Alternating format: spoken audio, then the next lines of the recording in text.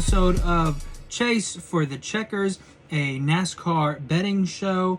I am the host, Matty NASCAR, and today we are talking about our preseason race, the Clash at Bowman Gray Stadium. Super excited. I'm so happy that NASCAR is back. I'm excited to be talking about some race action. There isn't a whole lot of in-depth stuff that we will go into. Just winners basically for this race. The rest of the kind of in-depth stuff that I would like to go into, things like who will be on the lead lap, or car number, or how many lead changes will there be, stuff like that. That will be during the regular season. Today we're just going to do a couple winners just to kind of get our feet wet, kind of have a preseason bet slip for ourselves. So without further ado, I'd like to just kind of jump into it. I want to show you guys a little bit of how I usually make my picks, kind of what goes through my head, what strategy I use. It isn't anything extravagant. It isn't really anything, a big trick to it.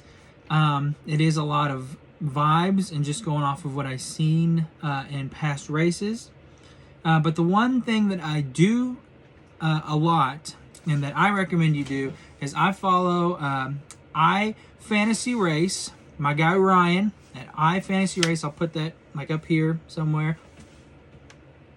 Okay.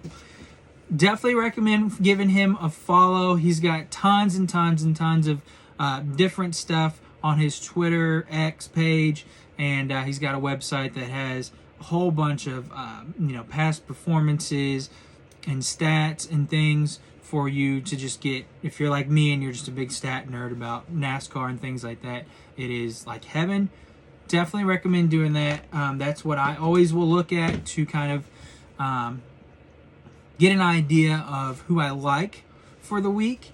So I actually have it printed off, something that the one thing that I look at probably the most from him, and that is average finishes at, that type of track.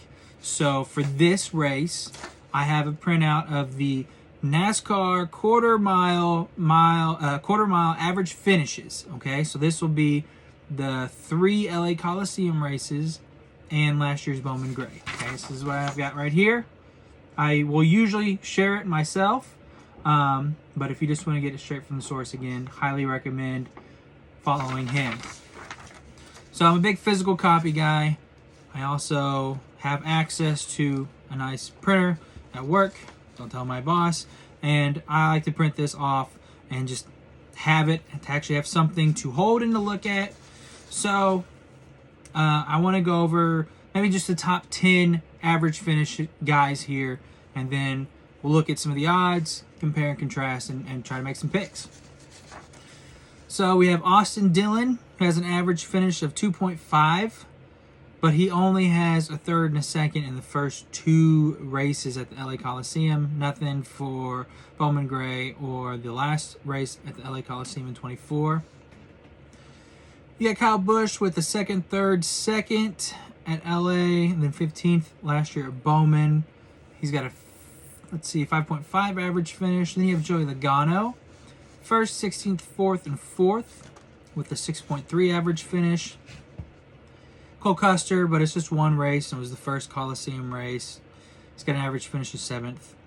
Kyle Larson has a 3/5 and a 17th for an average finish of 8th. Denny Hamlin has an average finish of 9th with a 23rd, 9th, 1st, and 3rd. So that's pretty good when you see that he's got a 23rd in there. SVG comes in at number 6, or tied for number 6, with an average finish of 9th as well. And you have Alex Bowman, average finish of 9.7. Ross Chastain at 8th with an average finish of 9.7. And rounding out the top 10 is Ryan Blaney with an average finish of 9.8. 17th, 17th, 3rd, and 2nd in the past 2 years. So looking at that, and then going to look at our odds now. Let's pull up the NASCAR website.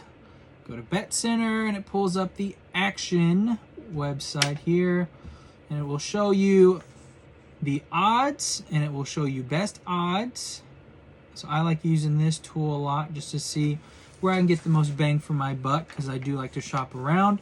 I think that's very important to do, especially with winners on NASCAR, because a lot of times you will see just about the same odds, but every now and then you have one that is very off. So let's jump to the first guy that I'm going to take, and I'll tell you why I'm going to take him. But let me show you kind of an example of what I mean about those odds. So Denny Hamlin is listed as the third favorite. You can get him at plus 900 on FanDuel, or you can have him at plus 650 on BetMGM. That's a pretty big difference there. You don't see that all the time, but there is some cases. I see him a lot in top 10s between a couple different betting sites. Usually not the winner outright as much, but I definitely see him in top 10s throughout the season. But this is a good example of one. So Denny Hamlin, I do like, because obviously he's got the really good average finish here. He's got a win in one of these races. But with his stuff that he went through this year, this past off season, it'll be interesting to see how he comes in. With it being just like a preseason race, I don't know. I like to think his head's in it. He's a racer after all, and I think once he puts the helmet on, is behind the wheel, that it's just going to be him and the car, and he's going to go out and he's going to do Denny Hamlin things. And I like to see him being aggressive and go for it at the beginning, get a win to help just kind of get everything. I mean, it won't take away his pain and his hurt, right? But it'll help kind of just start the, like, okay, we're racers, we're gonna go race, and that's what my dad would want. I think if we see him win, I could see him saying something like that. So I like Denny Hamlin at plus 900. I think that's a really good number for Denny, just in general. You'll hear me say this with some other people, but not too often would you be able to get Denny Hamlin at a plus 900 unless it's like a road course. So I like Denny at plus 900. I'm going to take that. The other one I'm going to take Kyle Larson. You can get him at plus 850 also on FanDuel. Right now, Kyle Larson is the only car that is for sure in the race because he was last year's champion. And he has the average finish of 8th. Never won at one of these, but I think if you get him out front, I mean, he's the best racer in the world for a reason. He's going to eventually win one of these races, you would think. So this is another one, though. At 850, it's not going to happen very often where you're going to get Kyle Larson at those odds. Usually you will see him at anywhere from, I've seen him 200-300 to maybe 500, 600. So at 850, I really like taking that. It may be the highest you ever get him. Even some road courses and super speedways is the only other time you're going to see his number go up maybe that high. So for a track like this, I definitely like Kyle Larson at plus 850. Chase Elliott is the favorite at plus 650. I'm not going to take that, even though he was last year's winner. Ryan Blaney, it's plus 650.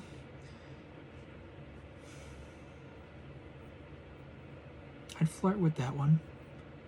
I mean, have you seen his mustache? I would flirt with Ryan Blaney. Are you kidding me?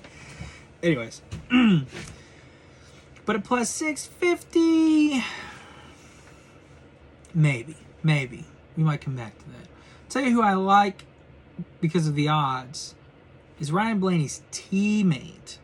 Joey Logano, you can get him at plus 1,200. Best odds are plus 1,200 on BetMGM. FanDuel's got him at 1,000. Caesars has him at 1,000. Joey Logano's got the third best average finish at 6.3. It's an even year. He's bald. Everybody's counting him out. What a perfect time for Joey Logano to win and laugh his little laugh in front of the camera and say, I guess we're just still going to win, or something Joey Logano like. I could see it. So, don't want him to win, but I'll profit off of a win. And at plus 1,200 for a guy who's got the third average finish, is aggressive enough to just go put the bumper to somebody. I like those odds. Joey Logano, taking it. And let's do this. Let's go for a long shot. If you follow my guy Ryan at iFantasy Racing, he's already put this out there. And if you know anything about NASCAR, you probably already are kind of thinking this. But if not, let me put this on your radar. Ryan Preece drives the number 60 car for RFK Racing. Is at plus 3,500 on BetMGM, but you can also get that on FanDuel, and it looks like all the other books as well. Ryan Preece is a fantastic short track guy. He came up through the ranks doing short track racing on tracks a lot like this, and he had a really fast car last year. It had some kind of mechanical problem, if I remember right. And at plus 3,500, I really, really, really, really like that number. That's going to be my long shot pick. RFK has been good. They finished the year fairly strong. Ryan Preece was very strong last year. I think outdid a lot of people's expectations. I was really high on him, and I'm high on him again this year. So I think that would be a really great way to start the season, is to have him win this race. So I'm going to take that as my long shot. Ryan Preece at plus 3,500. Looking at some of these other ones, some other long shots, really not a lot that stick out to me. That ones I think could really, really get it done. No.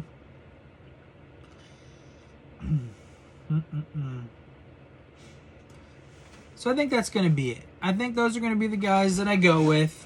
Again, not a whole lot for this first preseason race, is the Clash. Just a couple outrights. So to go over it again, I've got Denny Hamlin, I've got Kyle Larson, I've got Joey Logano, and I've got Ryan Preece. I might throw in Ryan Blaney if one of those guys doesn't make it into the race.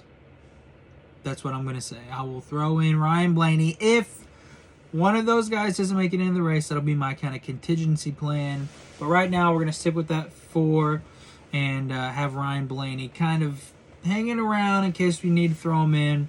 But Kyle Larson, Denny Hamlin, Joey Logano, Ryan Preece is my long shot. Those are my 4 picks that I will lock in. I would love to hear what you guys think about those picks. I've said it a bunch of times. I want to do this just so I can talk some car with y'all. I want to hear what you guys think. Who are your picks? Why do you think my picks are bad? I'm okay if you think that. I'd love to hear why. I'd love to hear why you think your pick is better than mine.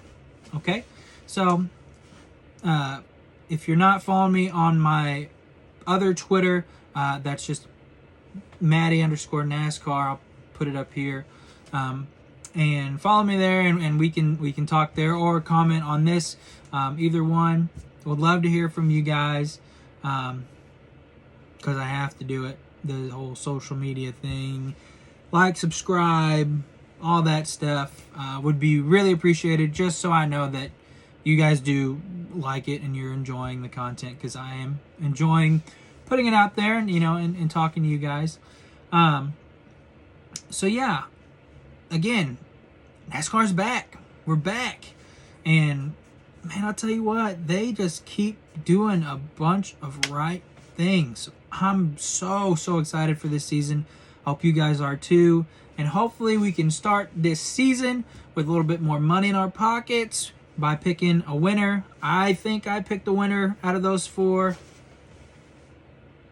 But maybe not, because you never know. It's the Clash. It's going to be crazy. It's going to be wild. It may not even be on Sunday, because apparently there's all this snow that's coming in. But we'll just have to wait and see. Hopefully the track stays dry and the pick is hot. I don't know if I should say the pick is hot. Anyways, let me know what you guys think. Like, subscribe, all of that stuff. Looking forward to hear from you guys. Thanks for checking it out. This has been Chase for the Checkers. We'll see you next time.